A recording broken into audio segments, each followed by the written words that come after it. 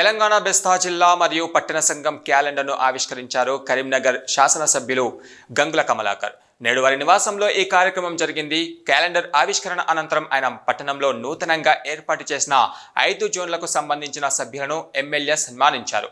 నూతనంగా నియామకమైన సభ్యులకు సంఘ బలోపేతానికి కృషి చేయాల్సిందిగా ఈ సందర్భంగా ఆయన సూచించారు.